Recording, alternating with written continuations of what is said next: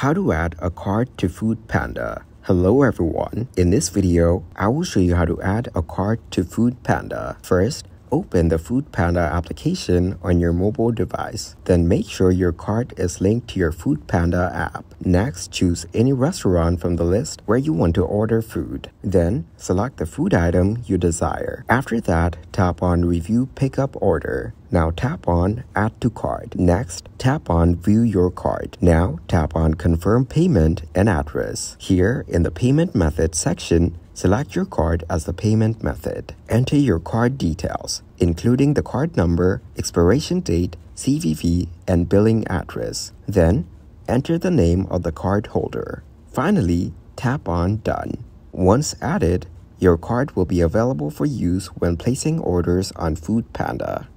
Thank you guys for watching this video. Hope you got some value. Make sure to like the video and subscribe to the channel to get notified of new videos. See you in the next one.